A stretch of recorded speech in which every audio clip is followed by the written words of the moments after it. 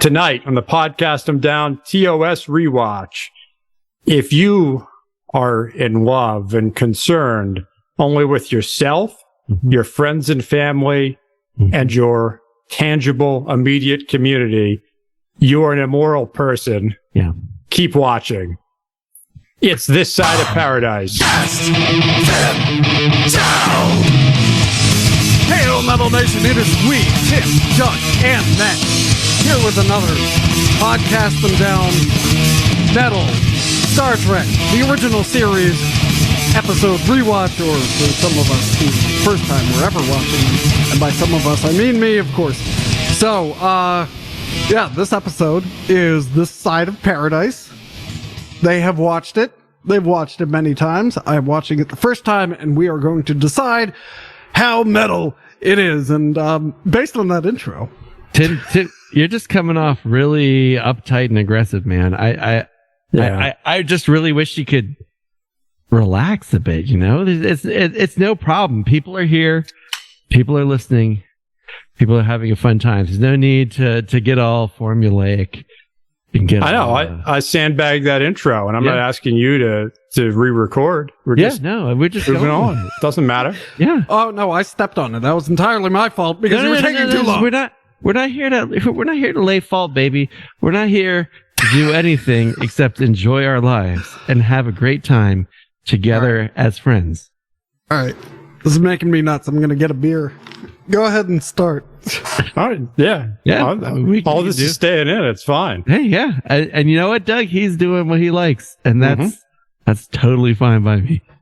He's thinking about himself, and that's important. And that's you need to be happy. Fucking back. You know, Doug, I've heard that if you don't stand for nothing, you'll fall for anything. And who else can you stand for but yourself? Because you got 2 legs, and that's all you need. 2 legs, 2 arms, mouth, a nose, and a couple of eyes. Smears.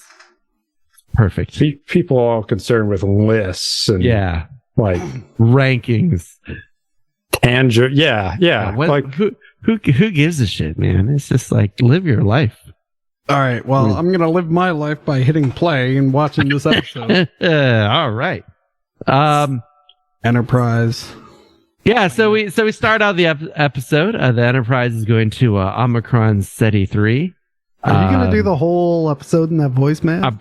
Maybe. What voice? Yeah, what voice are you talking about? So this was an Earth colony was established there a couple of years ago, and no one really knows what happened to it. They haven't checked in.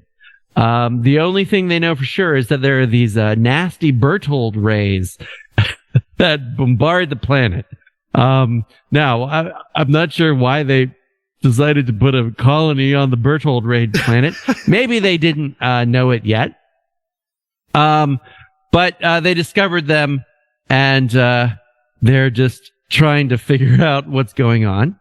So they arrive at the planet. Kirk, Spock, McCoy, Sulu, our botanist, and DeSalle and Kelowitz. All people we've known before, beam down to check it out. And they immediately conclude, after doing no investigation, that everyone is dead.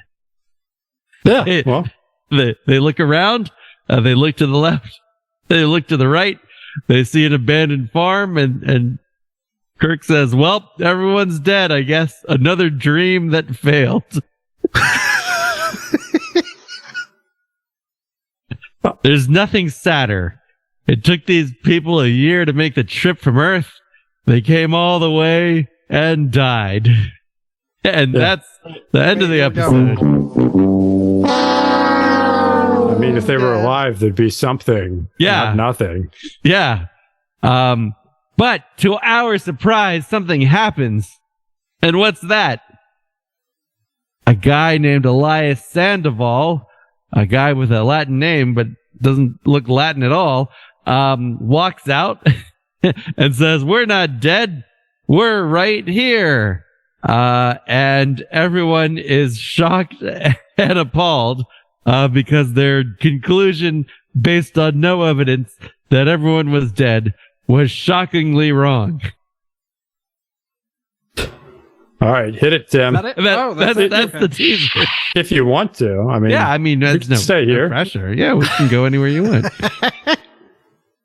Like, if you're not caught up, we can just chill. I mean, Yeah. Or if you are caught up. It's Hey. cool. Take your time. You know what? I think so. We're using a new service this time. I think I'm gonna switch it to the. Nope, that's not working.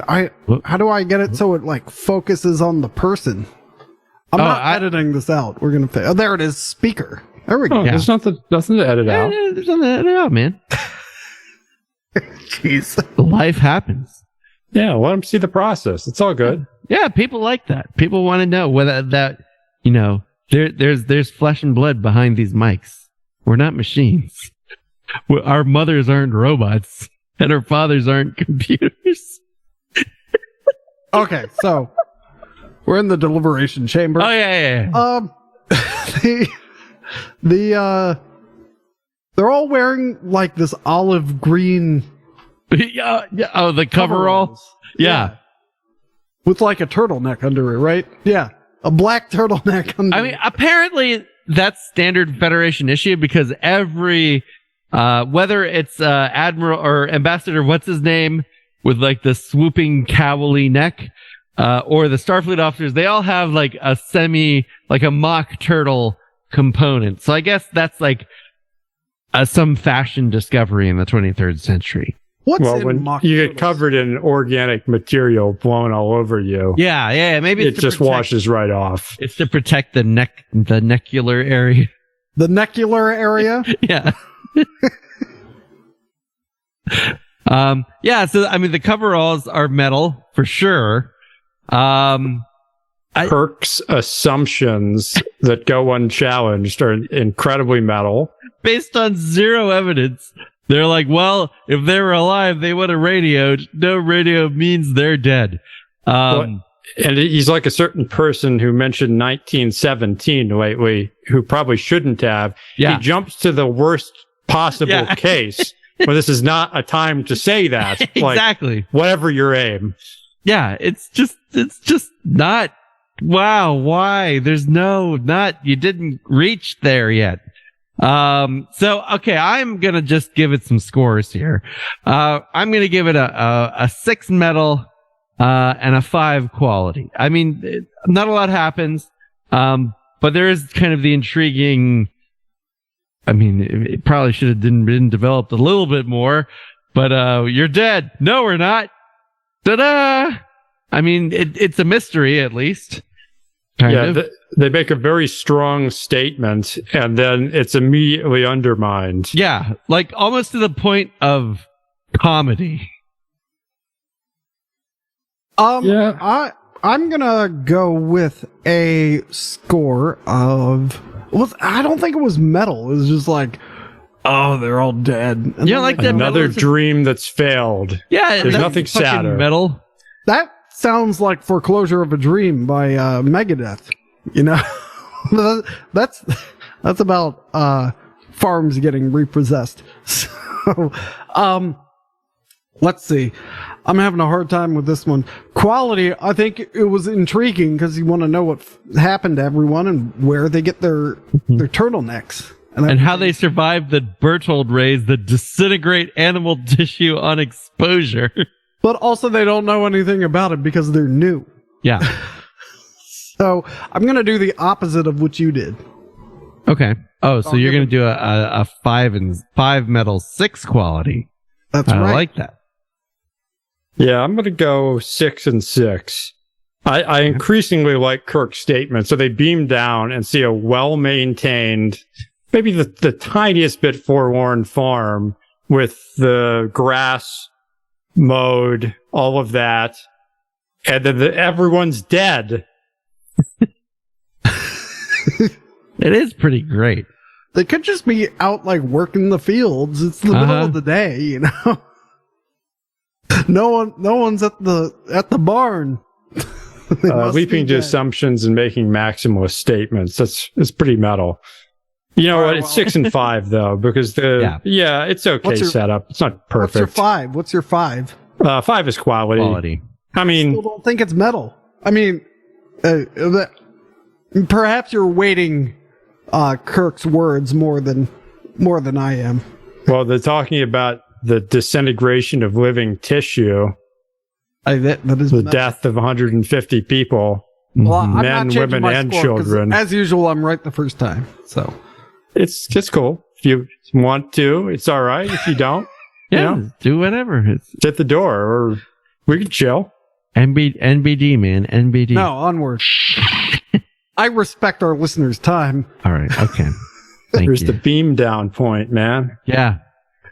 So now we're back with Sandoval, and 2 other colonists have joined. Point of order, they walk out with him. Oh, I'm sorry. But there's like 2 other colonists with them. They're all wearing their jumpsuits and their coveralls and their turtlenecks. But no one else has spoken. To be leather boots.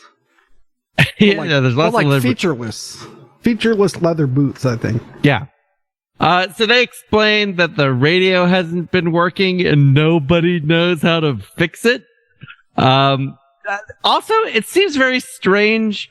They don't address it, but perhaps they're like some kind of space Amish or something, because throughout this episode, their agricultural tools and the sets all seem very rustic. And so I was reading in the original script, it is made apparent that there's some kind of like anti-technology, back to the Earth type Yeah, group. back to the landers. Yeah. But we don't get that in this treatment. They just happen to be on cowboy sets and stuff. Yeah, this is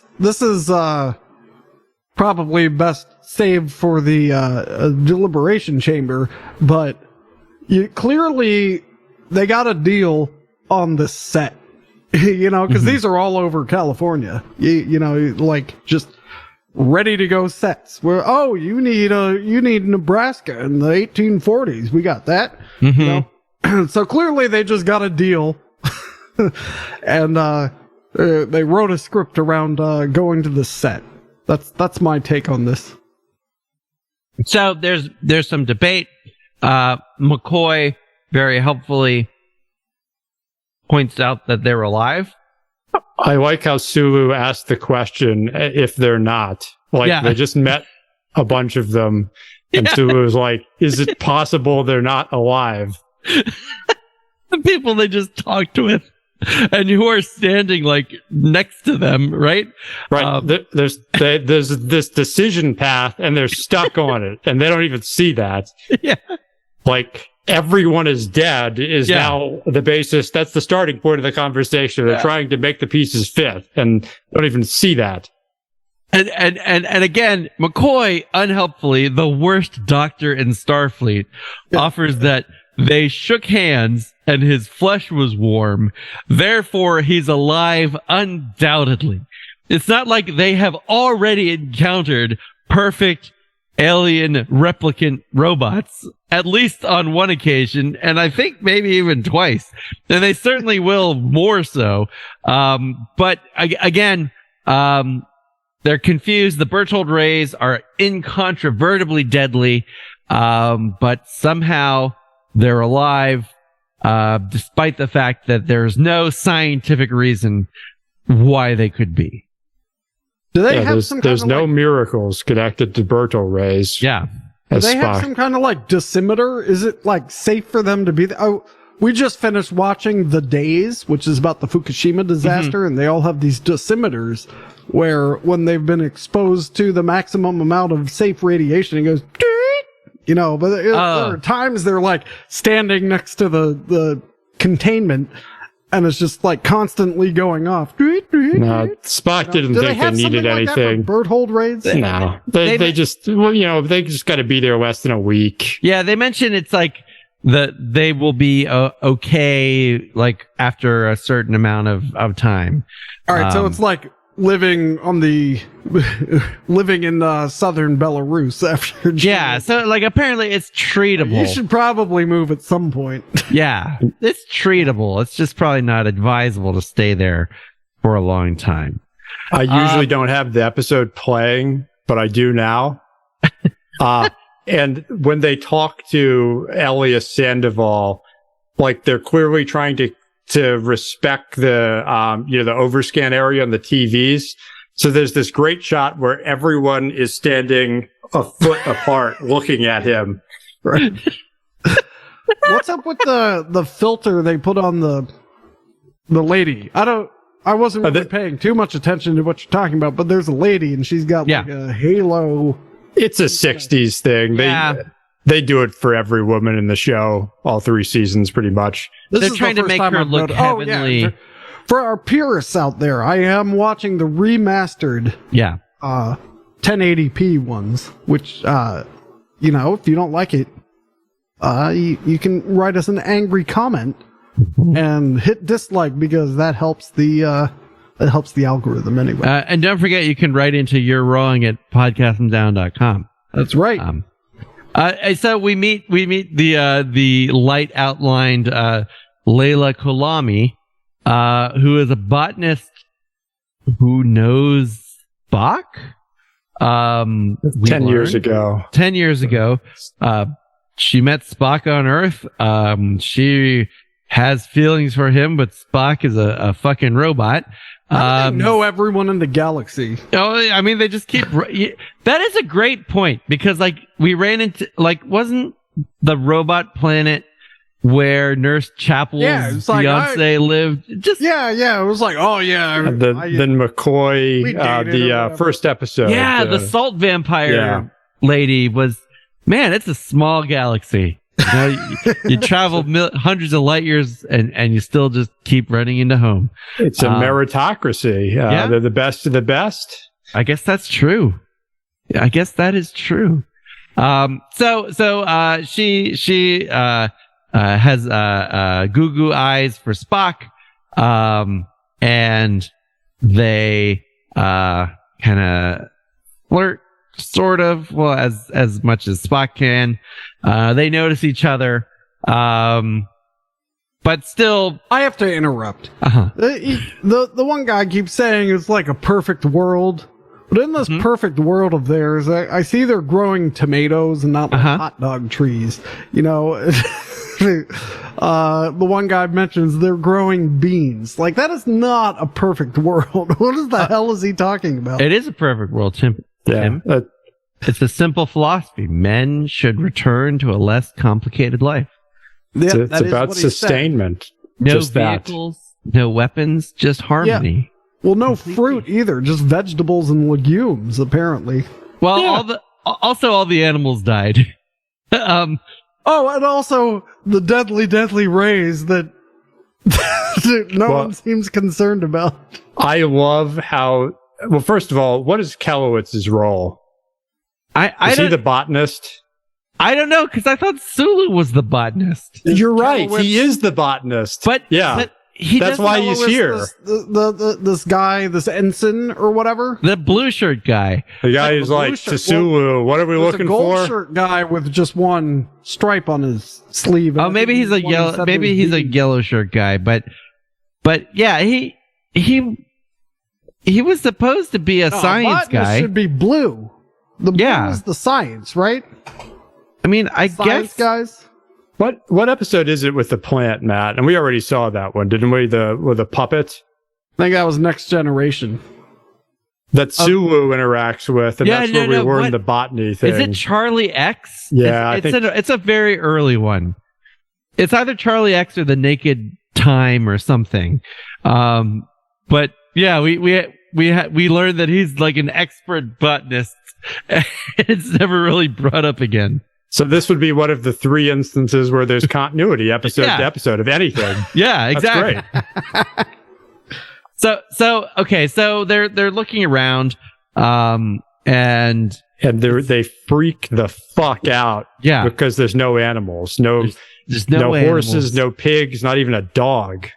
Yeah, and so McCoy, there's a mysterious little back and forth between Elias and Layla, whose names are almost anagrams of each other, which is kind of weird.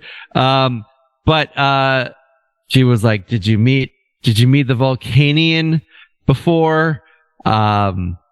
And they just said, we need to encourage Spock to become one of us and make him stay. So that's kind of mysterious. And she loved him, but he never expressed feelings to her, saying he had none to give. Right, because he's a goddamn volcano. Yeah, that's on brand. So, meanwhile, they're still kind of poking around. And McCoy has found a curious thing that everyone is in perfect health. So, again... well, the way he addressed Kirk is, do you know what their... I scanned them or whatever. Do you know what their readings were? Of course he doesn't. You did the readings, you idiot. He said perfect, perfect, and perfect. Mm-hmm. Yeah, and so everyone is, despite their age, are in great textbook condition. They have no illnesses. They have no need for a doctor, really. They're just in absolute perfect health. And again, Sulu and Spock have found that the little colony and some plants are the only life on the planet, which is what you would expect with all the Berthold rays. There's something strange going on. Something is not quite as it seems. So, it's just all very strange. They're confused. Kirk tells Sandoval that Starfleet Command ordered him to remove the colonists from the planet. But Sandoval tells Kirk they don't want to leave. And that it's entirely unnecessary. They want to stay. And even though they all try to convince him that there's horrible Berthold rays, everyone says this is fine. So finally, we get to the final scene of this act where Layla leads Spock out towards a very fake-looking plant. And she says, you got to see this plant. It's amazing. It's one of the first plants we found. He's very confused that she has not explained the nature of the plant prior to approaching it. Leela says it's unnecessary, and what's important is it gives life, peace, and love. Mm-hmm. And Spock says, in a vernacular, an old vernacular, that was known as a happiness pill. And as a scientist, she should know that's not possible. Right. Exactly. There's no such thing. I also like Spock's blatant misogyny, where he says, I have never understood the female capacity to avoid a direct answer to any question. Oh! I mean, I actually don't even know if that's a female stereotype at this point. I don't know, but that's what he says. So he starts to examine the plant. And more of a politician thing. He looks at it. Think yourself, Tim. Oh, yeah. Mm. He's looking at the plant, and all of a sudden, in what I could call almost a comic explosion, a bunch of spores explode in his face, and Spock is reacting in pain. And she makes it clear that she's gone through this and it shouldn't hurt. Yeah, it's like what's going on? It should be fine. And then now you belong to all of us and we to you. There's no need to hide your interface any longer. We understand. And then it's kicked in for Spock, and he's like, "I love you. I can love you." Did he? And they kiss. Oh, what? And his face he spoiled it. I'm not there. His face has just changed. He's not the Spock we know. And even Kirk is a little. I've heard at the very beginning of the scene when they go talk, because they're in that argument about what's going on here, and then he goes, "Gentlemen, we're debating in a vacuum. Let's go get some answers." Which is like the first time he already made some brash judgments. So he's already. It's like there's something in the air too. They're Bertold rays. Maybe they're scrambling his brain. All right. Did you mention that the one McCoy discovered, like, oh, there's no scarring on his lung from when he broke his ribs or whatever, and your tonsils grow back. Shouldn't be, yeah. Yeah. No, I don't mention that because I haven't been listening. It's all good. Yeah, we did. All right, well, let's deliberate then. Yeah. This is very like pod people. Oh, well, they are called pod plants. Oh, well, that works out nicely. Mm-hmm. Mm-hmm. Or Invasion of the Body Snatchers, or you know, something like that. Something like that. Was there the crops? Yeah, that part, is that in this act or the next act? Because I love that part. I think that's in this act. They're like looking at the crops or something. Well, they're very weirded out because it's this perfect planet and they're only growing enough for subsistence. Yeah. It's an amazing climate, and they could be exploiting this planet for the advancement of their colony and the Federation. It's we wouldn't call it a market, but they could trade this. Let me read another group. Yeah, go ahead, Matt. So Kirk says, give me the report for the biology report. And DeSalle says, I heard Sandoval saying they could grow anything here. That's true. They've got a variety of crops, grain, potatoes, beans. This is a very straightforward report, but Kirk says, make your point. DeSalle, well, sir, for an agricultural colony, they actually have very little acreage planted. There's enough to sustain the colony, but very little more. To which Kirk replies, it's like a jigsaw puzzle, all one color. No key to where the pieces fit. They're not participating in capitalism.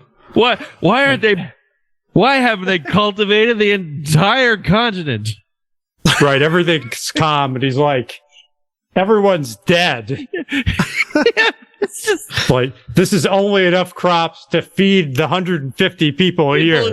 What the fuck is going on? Kirk, it's not a spoiler, but Captain Kirk will get progressively more metal throughout this episode. Well, good. I think this act was still more good than it was metal. So, I'm gonna have to go 6 and 5 again. Okay. Or 5 and 6. What? The metal's the lower score. You did 5 and 6. There was a lot of talking. I like when the plant planted all over Spock, and that was kind of metal. You can't hear it, but it also makes kind of like a sploosh sound. The mystery has deepened. Oh, well, I'm gonna unmute it. Go back while you two talk. And I have to say, and this is old school Hollywood stuff for anyone under the age of 30. So back in the old days, before What Dreams May Come in 1998, we didn't have color grading. So if you wanted color, you had to get it in camera, or when you're printing the positive, turn some knobs and hope you can get it there. And the color separation in this is fantastic. Like, where they're in the, I think where the flower first appears, and it's pink and bright and right in front of you, and the barn is like unnaturally pale behind it. And it's a really stark image. Yeah. It really makes you want to buy, the new RCA color TV. Really good craftsmanship. 67. Yeah. By the way, just to mention What Dreams May Come, do you remember seeing that, Doug, and just saying, holy shit, the colors are incredible? Yeah. Like, when was the last time you got impressed by the colors in a film? Yeah, well, it's like everything's a nightmare now. Yeah. It's like, oh, God. Like, how many filters is this? Like, you can just see Turn the saturation up. Yeah. All right. What was your score, Tim? 5 and 6. I'm going to go, I think it's pretty metal. Kirk's attitude. I think what they freak out about, they're all vegetarians. Mm-hmm. They're simply could they? sustaining themselves on the land. And then the flower, I'm actually even going to go up to a 7 in metal and a 6 quality. Wow. Okay. I'm going to keep my metal at 6, but I'm going to bump up my quality to 6, mostly because I want to give some room for the metalness and quality to grow, having the advantage of having watched this, unlike Tim. Great. Let's if you want, Tim. Yeah, it's all good. I do. Let's go. Whatever. Oh, okay. Well, I mean, Well, when you hit I have to play, mute it you know? again. Yeah. So we have a captain's log framing us now. Captain's log supplemental. We've been ordered by Starfleet Command to evacuate the colony on Omicron 3. Weirdly, it didn't say Omicron SETI 3. But I'm sure we know what he's talking about. However, the colony leader, Elias Sandoval, has refused all cooperation and will not listen to any arguments. Captain, your arguments are very valid, but they do not apply to us. Which is great.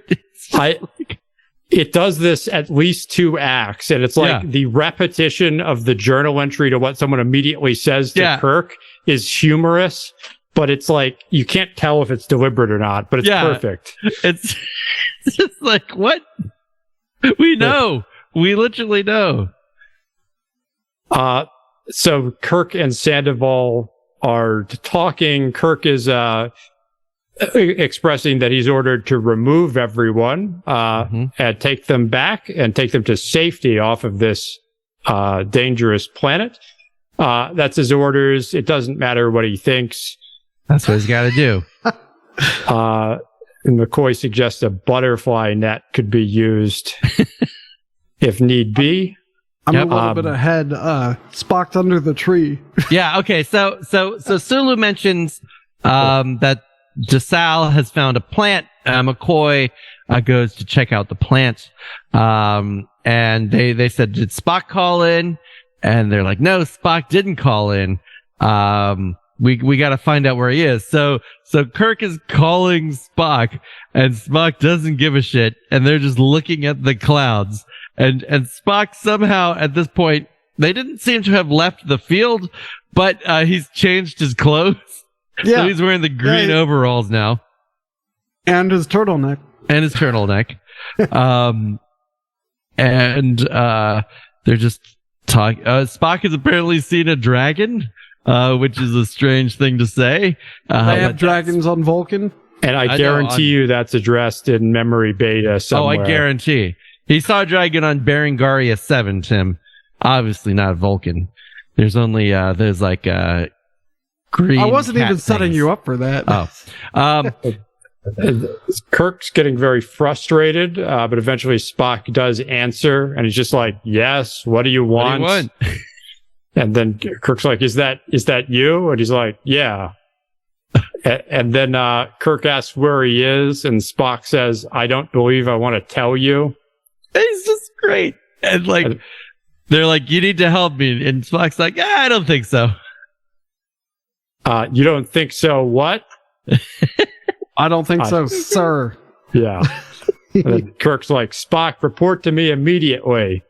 And then the communicator drops, and it's Spock doesn't acknowledge hearing that. Because it's smooching time. And Kirk is very confused because the frequency is opening, yet Spock is not answering, which isn't like Spock, as McCoy points out, and suggests he might be in trouble. And then Kirk announces that he's going to follow the frequency and find Spock. And that DeSalle needs to get the landing party working, and that nobody's left down here. Then we cut back to Spock, who's hanging upside down from a branch. Kirk walks up and relays the plan. And Spock says, I didn't want to report to you. Kirk says, you have to come back. And Spock's like, no, there's going to be no evacuation, but we should go back and get you straightened out. Yep. And he tells Okay. Is there a reason Captain Kirk doesn't address people by their ranks? I don't know. That's a good question. Mr. So-and-so and Mr. So-and-so. I mean, it's a meritocracy. Yeah, everyone's below him. They need to know their ranks, but he just knows their subordinates. Everyone could see the ribbons. Yeah. All right. Just asking. He asks Sulu to arrest Mr. Spock, and Spock is like, I don't think Mr. Sulu's gonna do that. And Sulu's like, yeah, man, we can't remove the colony. It'd be wrong, bro. And then Kirk puts his foot down and says, I don't know what these plants are, how they work, but you're all going back to the settlement with me, and these colonists are going on the ship. And then Spock suggests that the captain's going to be difficult. And now, here comes my favorite part of me too. Whole episode. Oh, man, okay, I'm not so there yet. The plants just squirted all over them. so Kirk calls McCoy for help because he needs some medical advice. And McCoy's like, hiya, Jimmy boy. I've taken care of everything. All you got to do is relax. Doctor's orders. So DeForest Kelly is from rural Georgia, but I'd have no idea what the fuck he is doing here. He's just he turned up his southern accent to 11. Oh well, I gotta unmute for this. Yeah, he acknowledges that 100 plants have been beamed up to the ship. No, he doesn't, Doug. Nigh on to 100 by now. So meanwhile, McCoy's has been beaming all the fucking plants onto the ship. And nigh on to 100 by now. I guess they did mention beaming the plants up, but this is a rather excessive activity. Kirk is just losing his shit. He wants to go back to the Enterprise now. And so he beams up. Oh yeah, and the engineering chief at there is already checked out. He's like, I'm ready to beam up, and the guy's like, oh well, sure, if you want to. but not, certainly do. But it's subtle. It's well done. He's still doing his job, but a little. There's just some sass there. Yeah. So he comes up to the bridge and demands that Uhura connect him to Admiral Comac. And she's like, oh, sorry, Captain, I can't do that. And he points out that this is a standard procedure and an order. And then she's like, I know, but all the communications are out. And she's like, I short-circuited them, except the ship to surface. We're going to need that a while. It's really for the best, Captain. And then she just leaves. And then she gets on the elevator. There's a plant on the bridge that Kirk just kind of angrily throws, which disappears and then comes back later. And so now he's in the corridor and everyone's just in line to go get beamed down. And Kirk is just yelling at them. He's like, get back to your stations. And they're like, nah, we're going down to the colony. And Kirk is like, this is mutiny. And the one guy's like, yeah, probably is. And that's the act. That's the act. All right. If you want it to be. I mean, yeah. I mean, no. I think it's getting better. Is it getting more metal, though? Uh-huh. Yeah, that's a good point, because the metal is like the dark side of the hippie movement. And these are like well-behaved, responsible, taking drugs and not doing anything. That's metal. Yeah. But being conscientious, respectful for the needs of others and their feelings of their well-being, that's pushing it. Yeah, but the sinisterness is becoming more sinister. So I'm gonna boost both my scores by 1 for this one. So that's gonna be a 7 and a 6. And the musical cues around the plants, the sting, it's all very good. They don't look great themselves, but this is very Invasion of the Body Snatchers-ish in a good way.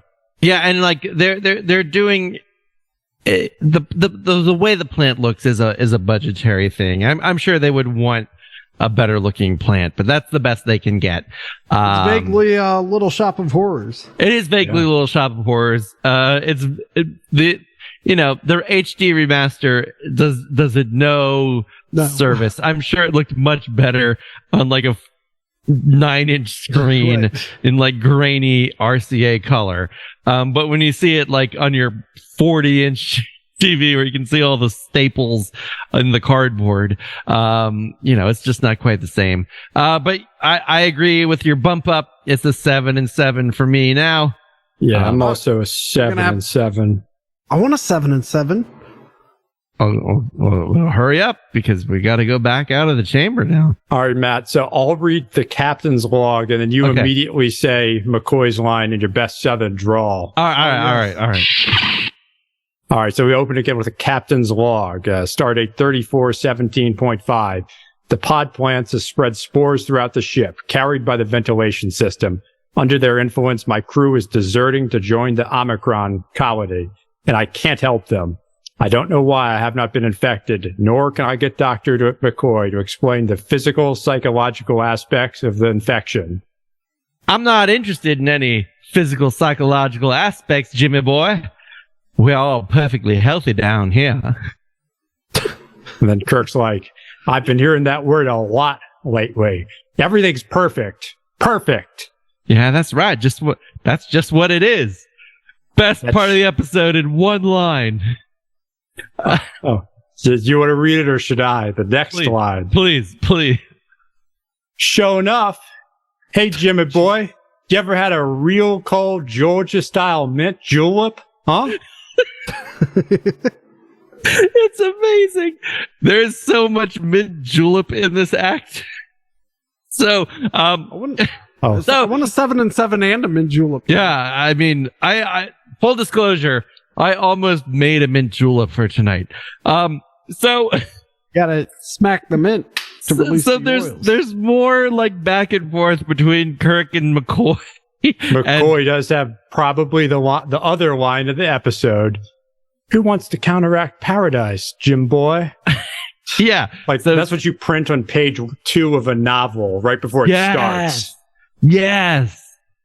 That's where so it's great. He's like reclining under a tree. It's just perfect. Everything's perfect. But, McCoy basically hangs up on Kirk. Meanwhile, Spock and Elias are kind of plotting, and drinking tea. And so Elias is like, everything is going according to plan. And Kirk beams back down, apparently, in this interim. So Kirk kind of storms in and says, "Where's McCoy?" And Spock says, "He went off to create something called a mint julep. That's a drink, Jim." And then Kirk accuses them of staying in their own private paradise. Mm-hmm. And Spock is unusually coherent here and has actually figured out where the plants come from and relays that they drifted here. They thrive on the Berthold rays. I think it's because there's still the Vulcan aspect of him. So I still think he has that. He finds some pleasure in the analytical. So he's still kind of piecing things together, even though, someone like Leonard McCoy wouldn't give a shit. But he's still satisfying that part of his personality too, I think. Right. It's not like this is turning them into zombies. It's just making you the best version of yourself. Yeah. It's making them happy and carefree. This is a horrible thing, Tim.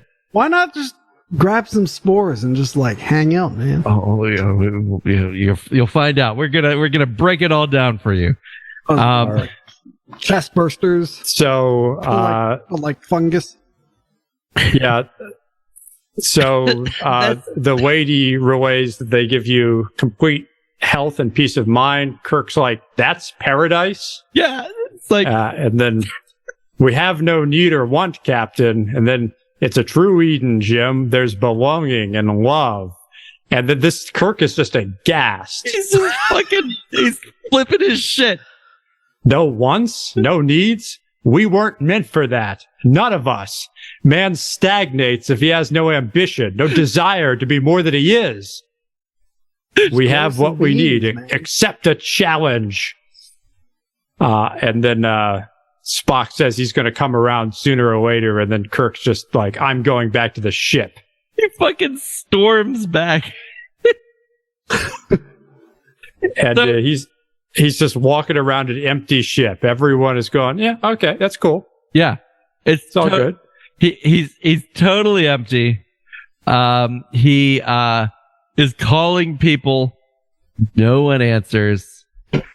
He has a very sad captain's log that he records where no one is there on the ship. He can't call anybody. He can stay in orbit for a few months, but he can't get the planet out of orbit, or the ship out of orbit. I'm beginning to realize just how big this ship really is. How quiet. And he's defeated. And he's sad. Why can't he? In this, can't you just operate the helm? I don't know. He explains it. The ship can stay in orbit for a while with just him. Yeah, but he can't light speed and all that. He can't do himself. He needs a crew. The Enterprise is nothing without her crew. All we see are the helmsmen doing the control. We never see what happens in engineering. Yeah, I'm sure there's all kinds of stuff for like deflector control or stellar cartography. Yeah, but they're not hearing the command. Oh shit! Oh, I got him. Yes. So Tim has seen that as he's kind of sulking, the plant that had been thrown across the room earlier, and I swear to God was not in the scene seconds ago, just kind of like creeps up behind him and goes, ah, and splooges all the spores in his face. Yeah, and as it wow, the spores at least are quite efficient. Yeah. And it immediately kicks in. Mm-hmm. And he's like, "Hey, Spock, I've joined you. I understand now." And Spock's like, "Oh, wonderful, Jim. When will you beam down?" He said, "I'll meet you at the beam down point," as if they can't beam someone anywhere on the planet. No, so it's at the beam down point. Okay, now here comes another great part. So Kirk says he wants to pack some things. Yeah, there's a few things that want to He goes to his quarters and gets a straight up 1960s suitcase. Like, oh yeah, like the space hard Samsonite. vacuum form plastic. It's just there's nothing spacey about it at all. No, we've got it wrong now. That's the problem. Yeah, that's We're going true. back to that. Yeah, we're wrong with our like high tensile fabrics and stuff. They know that a latching briefcase is the best suitcase. I saw a guy with a briefcase recently, and I just wondered what's inside of it. Like, well, you don't have briefs. Well, I can tell you what's inside Captain Kirk's suitcase.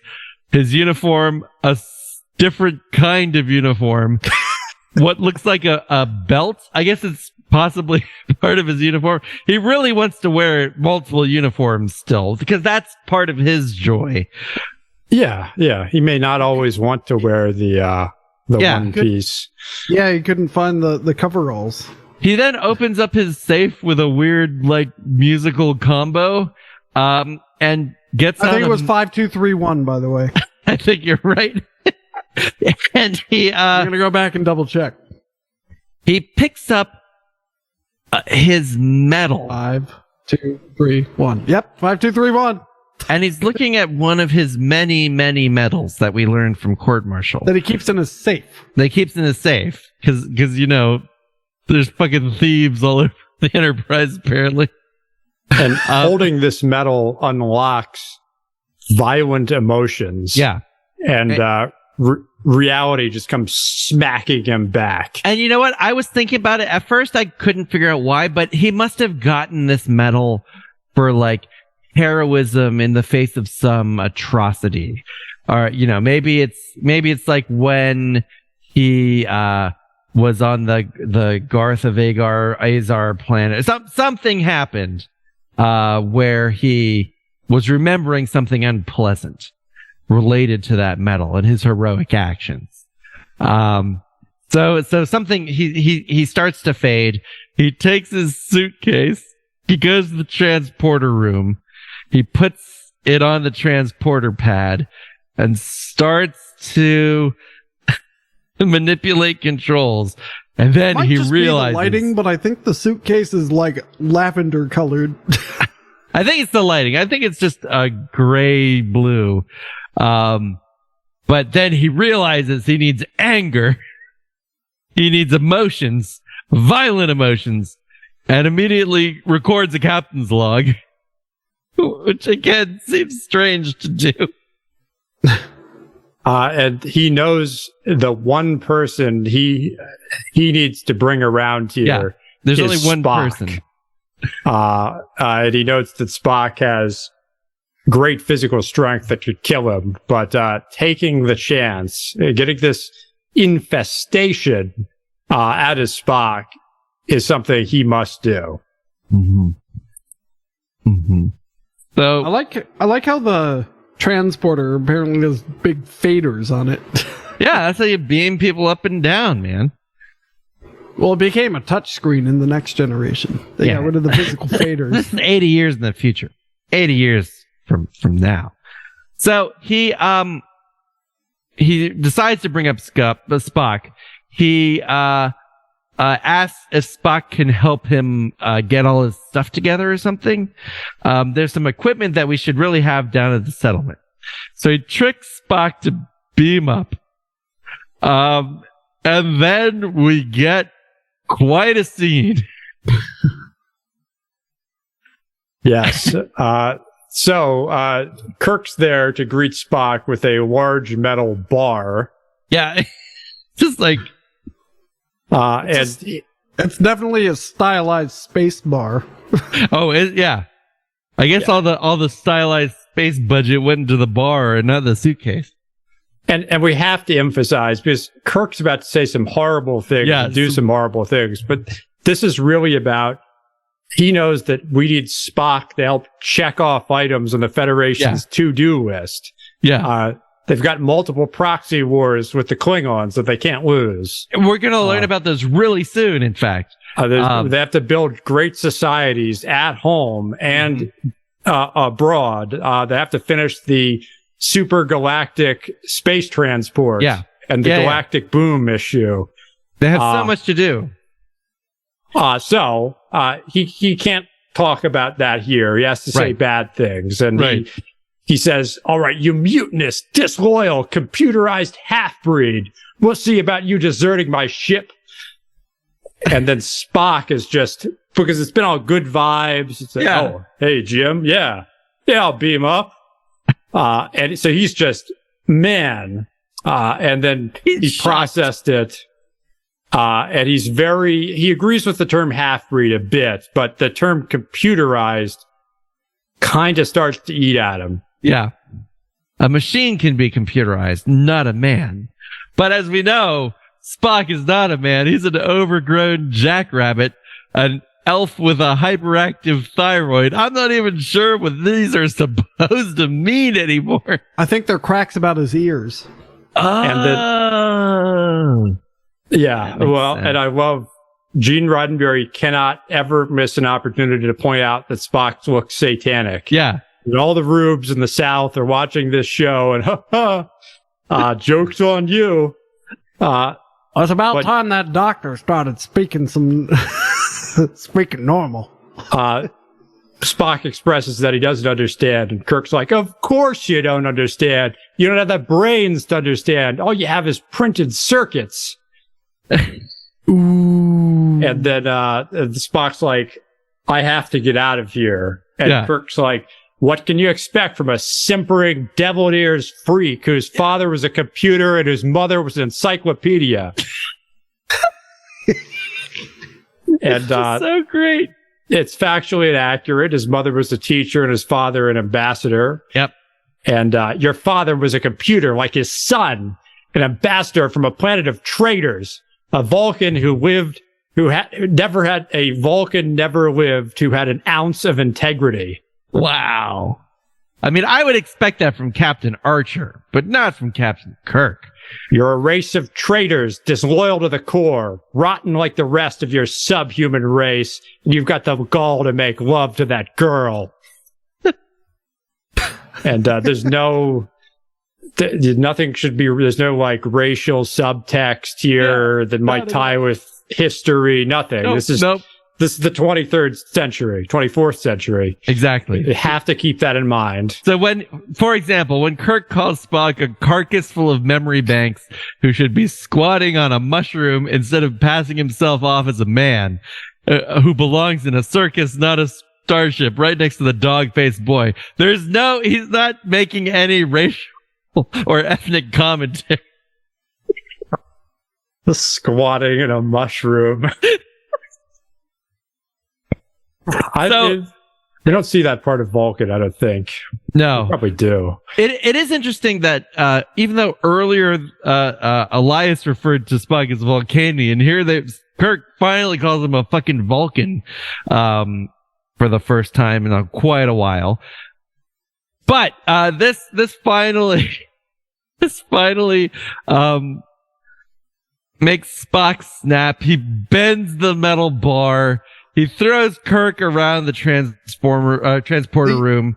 The cutaway to the stunt guys is so poorly done and awkward. It's just the generative AI they use for the security cameras. It's just no, it's just like it's like in It's Always Sunny in Philadelphia when they did Lethal Weapon 5. And Danny DeVito's character, or Frank Reynolds' character, slides across the hood, and it's like very obviously another guy. Like, this is very obviously two guys who are at the end of the day, and they're very tired, and they have to just get this done. Okay, so in defense, fun on the little TV though.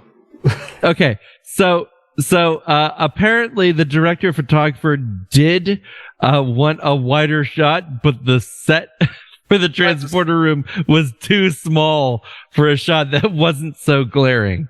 But yeah, their generative AI avatars go at it for a while.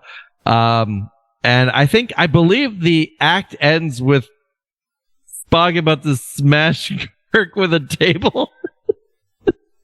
Why is there a coffee table or an end table? Oh, so another thing that you might miss is, I forget who, was it when they were in 1967? But there was like a food terminal where they got that Sergeant soup, which is in the transporter room. Oh yeah, and it gets smashed up. Because it disappears in later episodes, and so here Spock is very clearly smashing up the food terminal. Yeah, the replicator access point on the beam down point. Eventually, because Kirk knows Spock has to throw the first punch here for the insanity to wear, and he does it, and then he has to point out Spock's failings and how welcome or how unusual it is for him to get the opportunity to belt an officer. Mm-hmm. He does acknowledge that it was painful to do all of that in multiple ways. Yeah. Spock accepts that this was done to him deliberately. Well, I think there's an act break, right? So we have the the act ends with Spock about to bash him with the table. So yeah, forget everything I said. Let's hit it. Whatever, man, it's cool. So This is getting better and is getting way more metal. Because, I mean, Kirk knew all of Spock's weaknesses and went for the fucking jugular.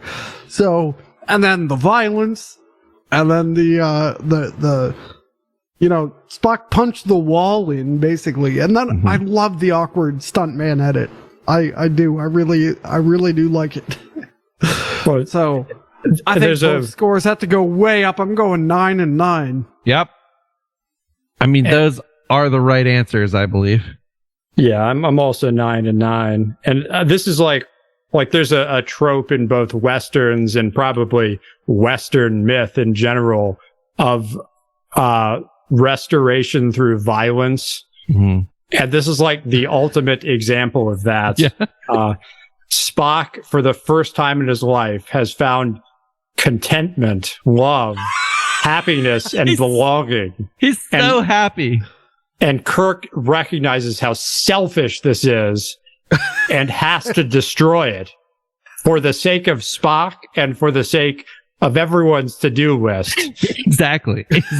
Like the Federation can't survive if everyone is happy and content. I also would like to give just a quick little shout out also to the lonely Spock scene, or the lonely Kirk on the bridge scene, because that scene was later used for the recreation of the Enterprise on the holodeck for the Scotty episode in Next Generation, because they were so cheap. They didn't want to build a whole Enterprise set, so they just built the chair and kind of like projected the rest of the scene. And because the bridge was empty, they could like finagle it around. So we have to appreciate the scene for that too.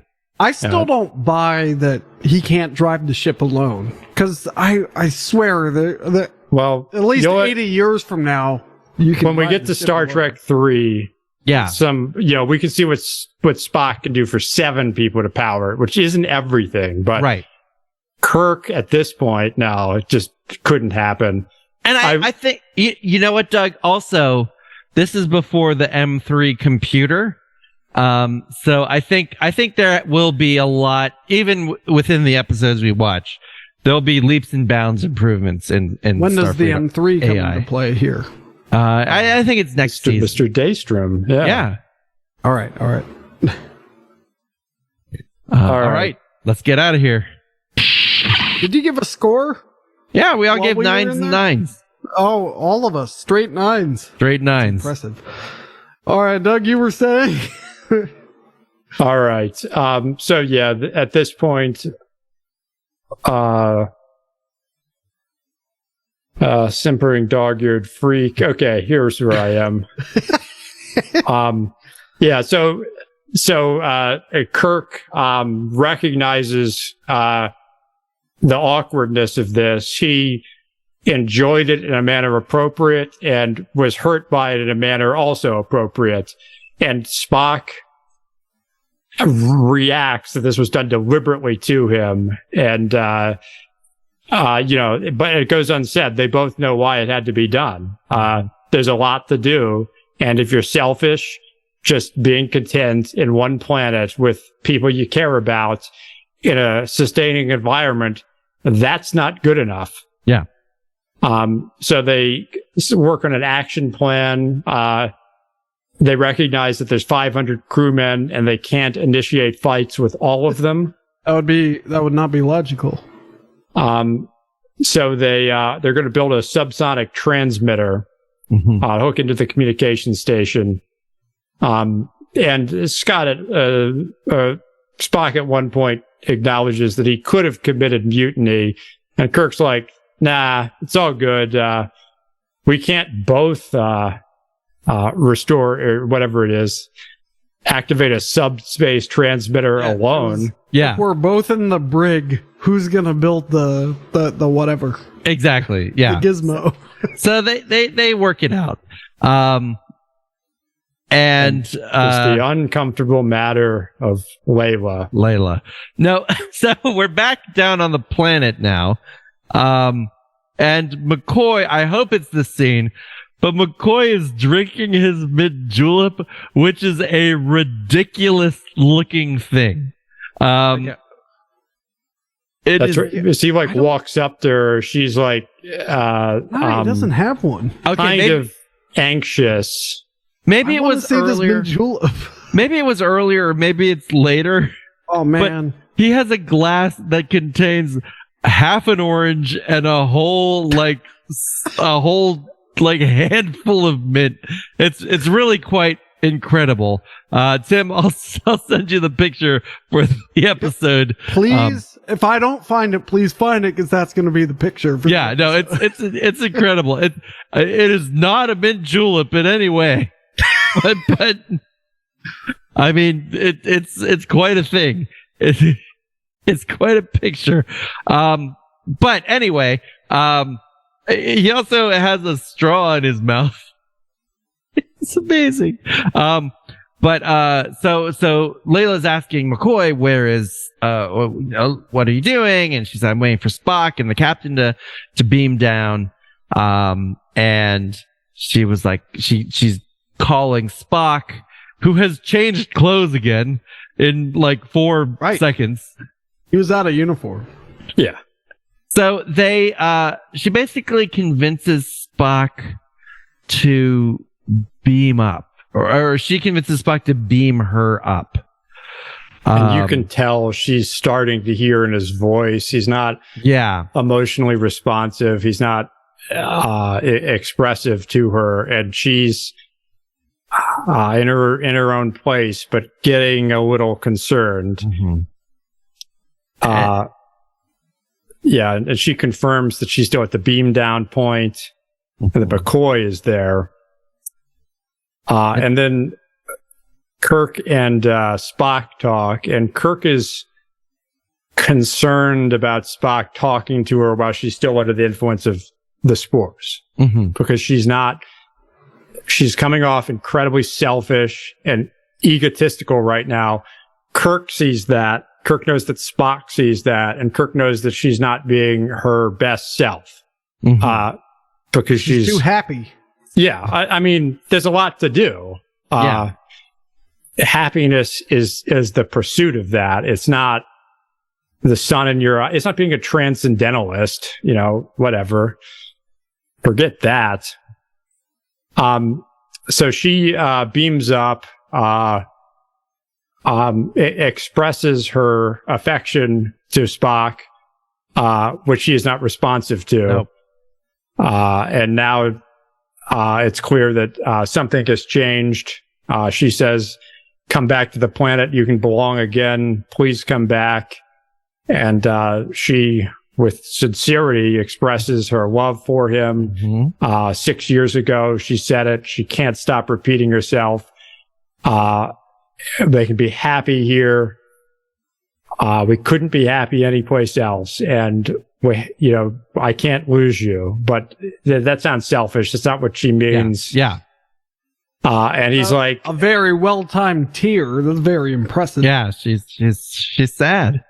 And Spock sees the Federation's to-do list in his mind, and he's like, I have a responsibility to this ship, to that man on the bridge. Yeah. I am what I am, Layla. There are self-made purgatories, then we all have to live in them. Mine could be no worse than someone else's. So amazing. It's like, I love how everyone acknowledges that the life under the guidance of the spores is objectively better, but through sheer will, we must reject it for growth. We must make this galaxy safe for all free sentience and deliver weapons to those who are not free. There's a Dominion to fight out there. Yeah, and then Well, I've lost it all. There's a great moment where I think she's coming she loses the spores because she's so sad. Yeah. And there's a sweet but also odd moment where she asks Spock if can I still say that I love you, and you never told me if you had another name, And Spock almost sweetly, but also kind of in a dickish way, like wipes away her tear and says, "You couldn't pronounce it." Which is just like, What a why? Unnecessary. Yeah. Okay. So now he like totally negged her there. oh yeah, totally. Totally. All right. So now Spock and Kirk finish their ultrasonic weapon thing. They say you won't be able to hear it, and then when they turn it on, you can immediately hear it. We see It's apparently some kind of itch ray. yeah, well, it makes you feel like itching powder on your skin. Apparently, this subsonic weapon or hypersonic. I forget shit! So Lulu and Saul are hanging out, and the weapon or They the went sound. from tending the garden to having a shovel fight in the least amount of time I've Yeah. ever seen. It's like. And then they're just like swinging shovels at each other. All right, this Like is two where McCoy. sentences. This is where McCoy has the mint julep. Elias comes up to him and Oh, says, there it is. Oh, what the fuck is that thing? Elias comes up to him and says, "I think you should get to work." And McCoy's like, "What do you mean, man? I'm a doctor. And you don't need any doctors on a planet where everybody's healthy." And so they get into a I'm fight. sorry, I have to try to get the screenshot. I have stills. Don't worry. I have stills. I'll send it to you. And so McCoy fucking punches him because he doesn't want to go to work. Just a minute. You'd better make me a mechanic. Then I can treat little tin gods like you. Ow. And then,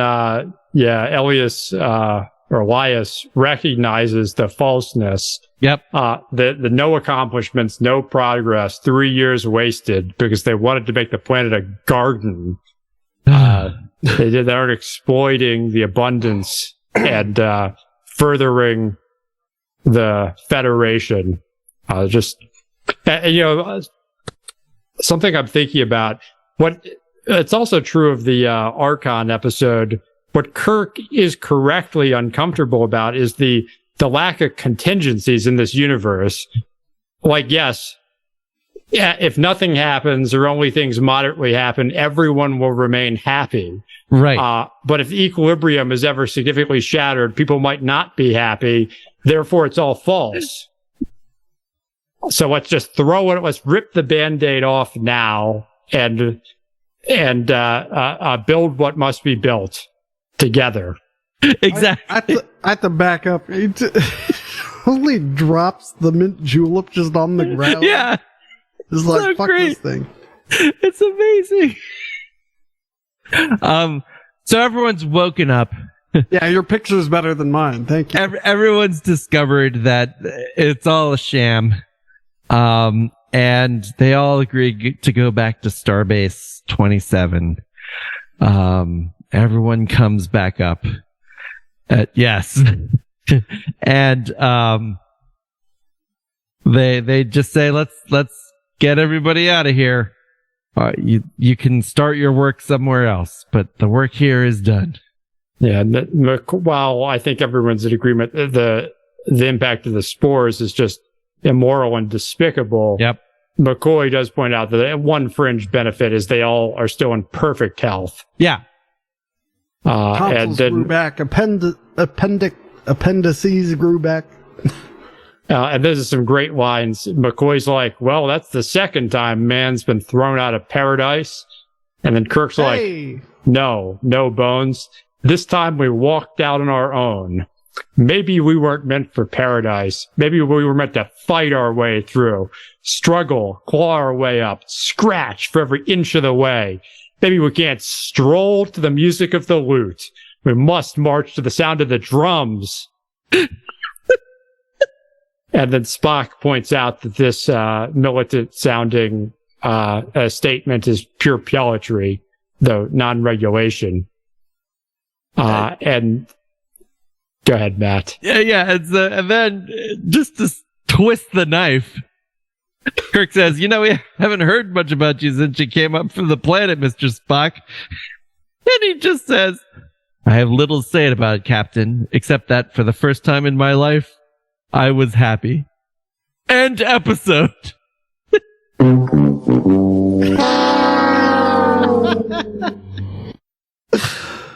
Oh, man. Yeah. Oh, yep. Let's go.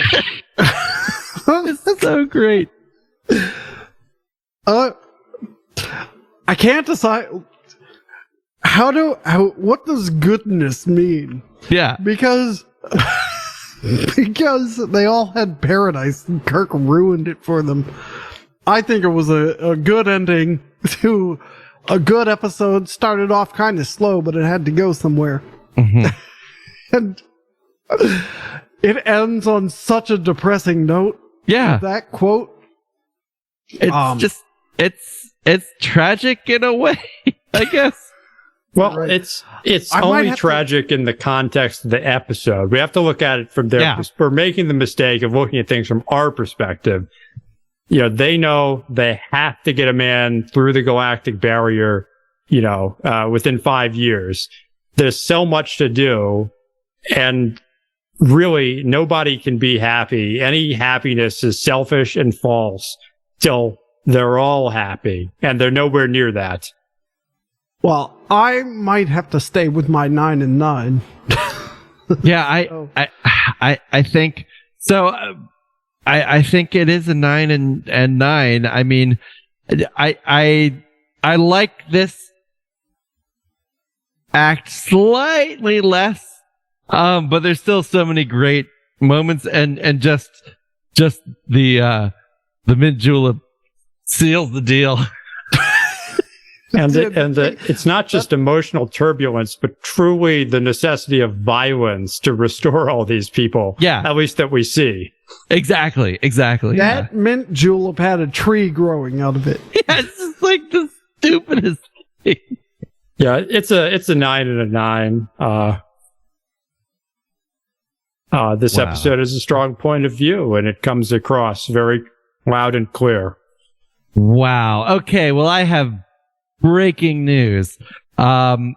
This is not the Metalist episode we've watched. Right, it didn't start out metal.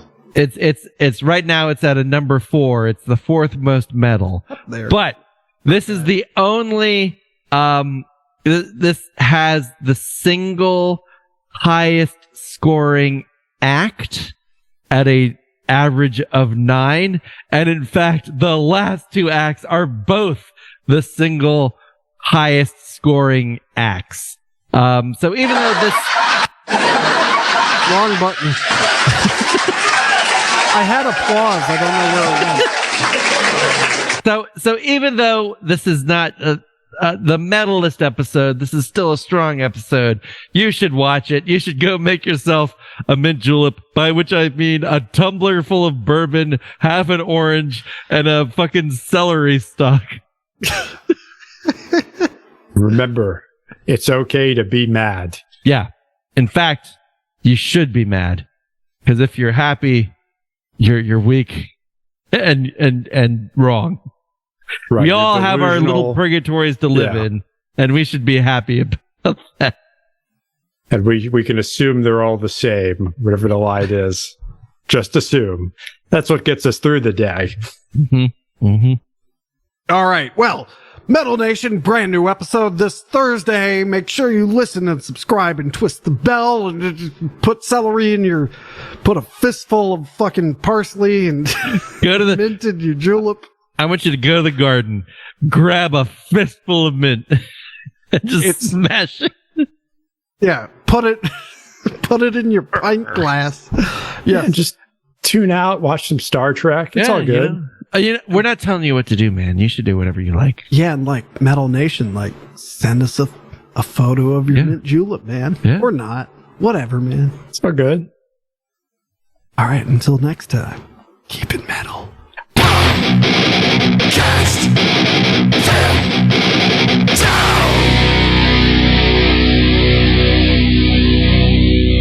way, Doug, I didn't want to leave the thread hanging. Berengaria has such a long memory beta page. I meant to put that in. Yes.